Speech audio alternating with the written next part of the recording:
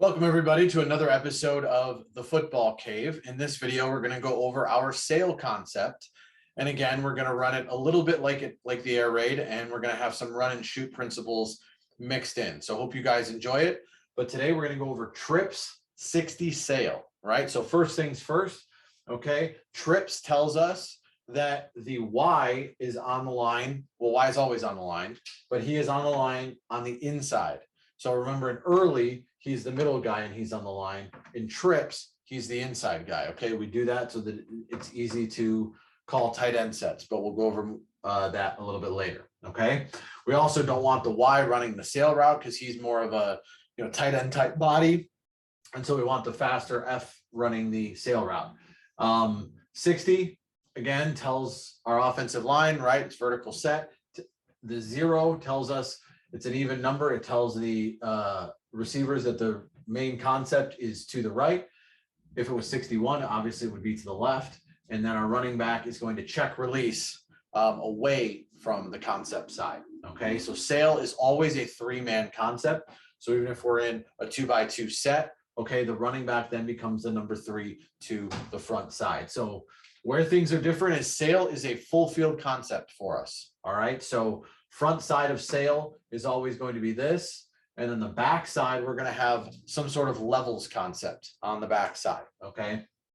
So in this case, we don't have a second receiver back here. All right. So our main route on the back side from the slot would be the dig. Now, because we only have a single receiver, we must treat him like he's a slot receiver. So he is going to line up 4 yards from the offensive tackle on his side. Okay, into the boundary. Now, we do that for a couple of reasons. Number one, it forces the corner a lot of times to play outside leverage, because if he doesn't play outside leverage and he gets caught inside, then we want to run outside to get the edge on the corner if we see that in game. All right, so we want the condensed split. We also want to attack this safety and keep him out of the formation side. Okay, so we do that. We occupy him with a dig route. And the check release should hold this linebacker. So now we also get a high-low on the Willie backer. All right, now comes the fun stuff, okay, with the sail side. So our Y, or our most inside guy, whoever that is going to take one step to the inside and he's going to run his arrow route. Now, we don't want to run a speed out here, okay, because if we run a speed out and we run a 3-step speed out, even if we run it right at the Sam backer, he doesn't have to move, okay? He can play us, and now he can end up playing into the concept. So what we want to do is we want to attack the sidelines as fast as we can, make the Sam backer or the corner, whoever is the flat defender or the strong safety, right? If it's a single high look, whoever that is, we want to make them declare right now, okay? Make them decide immediately. So his path is 5.5 yards at the sidelines, okay? The F route, okay, when we run the sail, it's a little bit different than how most people do it. Most people on sail, it becomes like a flood, right? And he just runs that bench route. Well, we want to find the grass, because if you run a locked bench route, defenses can account for that and they can undercut it, or they can play it in a certain way where, the corner can play both if it's cover 2. So what we teach our guys is he wants to push vertical, best possible release. So in this case, he would just push vertical. If the guy was outside, he would release inside, right? So on this, he wants to get 2 steps past the under coverage, okay? Whatever yardage that's at, and you'll see it on film. Sometimes he breaks it at 6. Sometimes he doesn't break it until 10 or 12. Now his maximum is 12 yards. So if he gets to 12 yards and that guy's sinking, then he's got to break it. Now, his rule for that break is he wants to split the hook to curl defender and the corner, right? Or the flat defender in the corner in this look, right? So he wants to attack that grass right in between.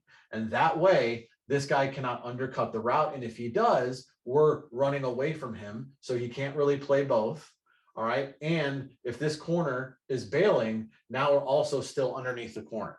So he can break, so he's going to break on whatever angle that is to this open grass right here. And he can bend it sometimes to a bench route if that's where the grass is. Okay. So 2 steps past the under coverage, maximum of 12 yards. Now, the clear out route here from the Z, he wants to push vertical at the corner's alignment, and then he wants to break slightly inside of him. Why do we not want to run a must outside release route? Because if the corner ends up taking this corner route because he sees it, because we inside release, that's okay. We have this route deep now, okay? And he has the option to post it depending on what the safety is doing. So generally against single high, we want a skinny post. Against too high, we usually want to keep it pretty vertical, okay? So that's our rule. That's how we run sail. And also the rule is on the back side, because we're adding some run and shoot elements, we want to have built-in answers so we don't have to have tags. If this jack backer, okay, blitzes, all right, or we get more than we can block here, right? So if the outside guy blitzes, this X, his dig route's off, he has an automatic replace route, right? He wants the foot fire, one step, and replace the jack backer. So now we have a built-in hot, the quarterback sees it, uh-oh, this guy's coming off the edge, boom, I'm going to throw my replace route right now, and it's automatic, okay? So that is, again, trips 60 sail.